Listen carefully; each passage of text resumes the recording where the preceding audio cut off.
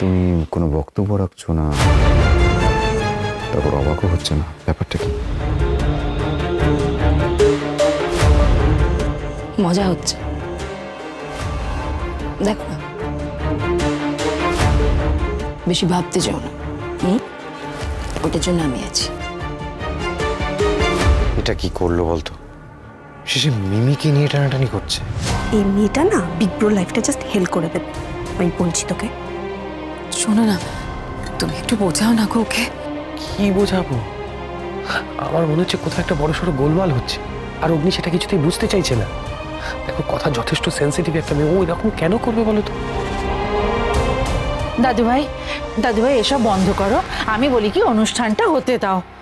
আর কিচ্ছু হবে না।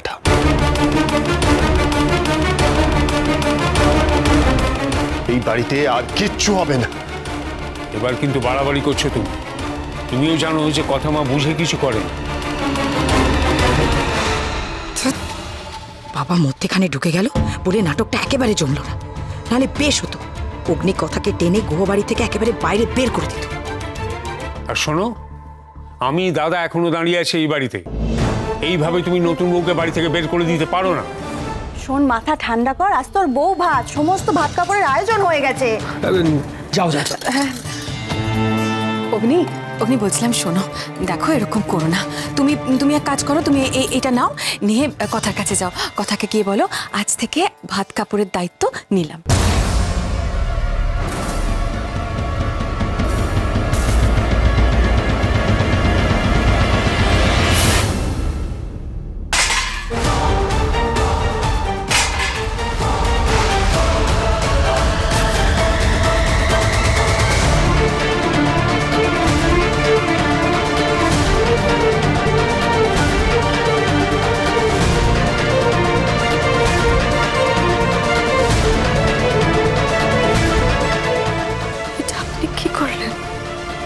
বললাম তো, এখানে আর কিচ্ছু হবে না।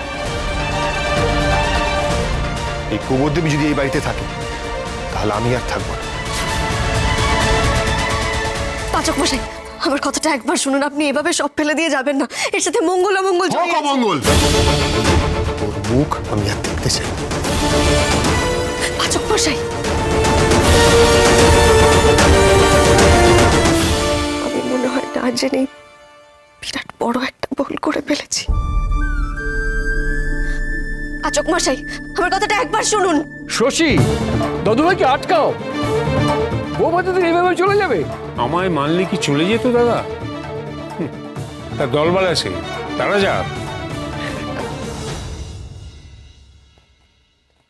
মিমির ব্যাপার, বিগ ব্রো এখন একটু একা থাকবে, ওকে একা থাকতে দে। কথা সোম থেকে রবি প্রতিদিন সন্ধ্যে ৭টায় স্টার জলসায় ও ডিজনি প্লাস হটস্টারে।